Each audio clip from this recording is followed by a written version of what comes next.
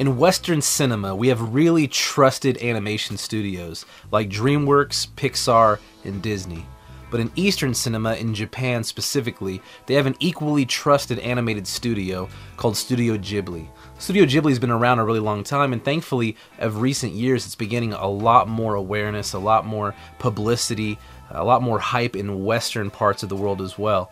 Studio Ghibli is headed up by a director, a visionary, wonderful director named Hayao Miyazaki.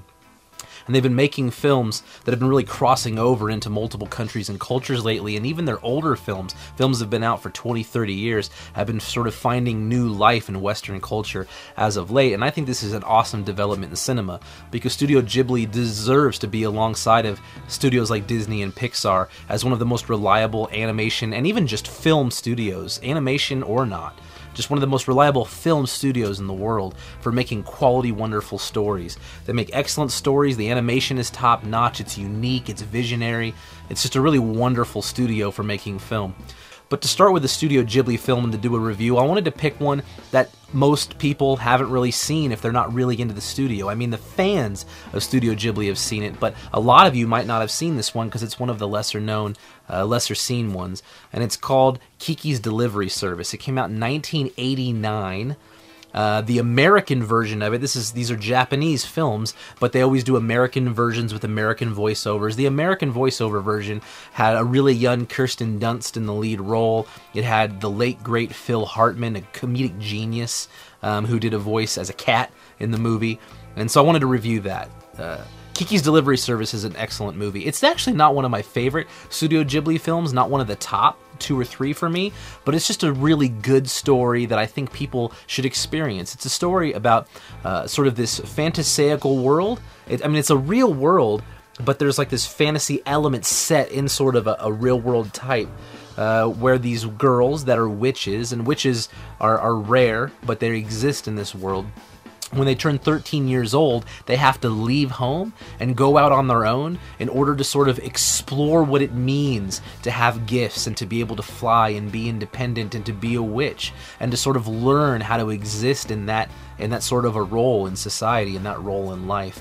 And what these witches do in the movie, at 13, they go out, they leave home, they leave their parents, they're independent, and they have to go find a city to live in and to experience and to help people and just to learn how to be out on their own. And our main character, Kiki, the one who's voiced by Kirsten Dunst, she leaves home at 13, and the movie is just about her travels to go and find a city to live in and to explore and to experience life in. And then when she finds that city, it's about people accepting her and her accepting them. It's about her trying to learn and understand what it's like to live in a big city. She chooses a city by the ocean because it's beautiful and she's drawn to the water.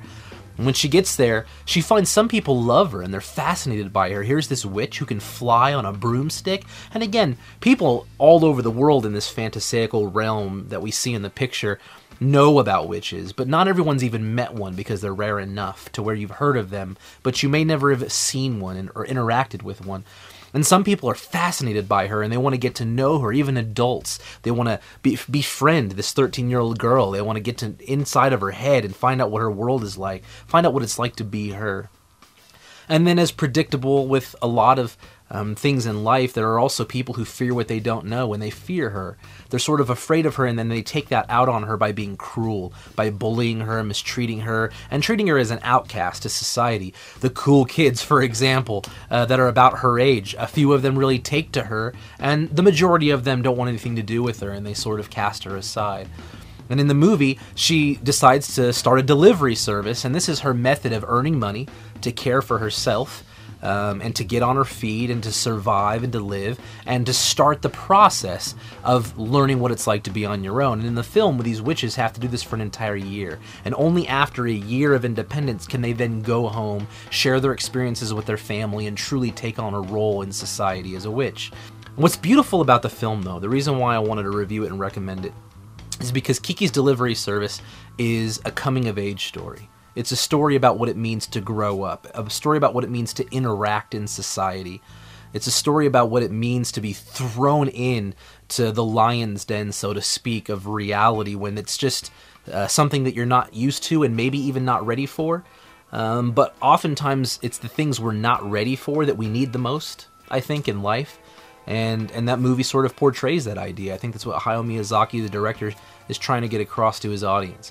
That sometimes you have to be thrown into the fold in something to experience it with fresh eyes and without a lot of help and without someone to walk you through it and hold your hand, and just be thrust into it. And only in that can you really learn what it means to be not just human, but to be you, to be yourself, to be who you are. It's sort of a story about finding yourself. Now, because it's so simple, and because it's not quite as visionary as a lot of Studio Ghibli's work, again, it's not one of my top favorites. I would put Spirited Away or Ponyo or The Secret World of Arrietty all ahead of it, to be honest. But I do still think Kiki's Delivery Service is a fantastic film that I want to recommend because it's so seldom talked about among Ghibli's films. And so I would give it 3.5 out of 5 stars and highly recommend you check it out.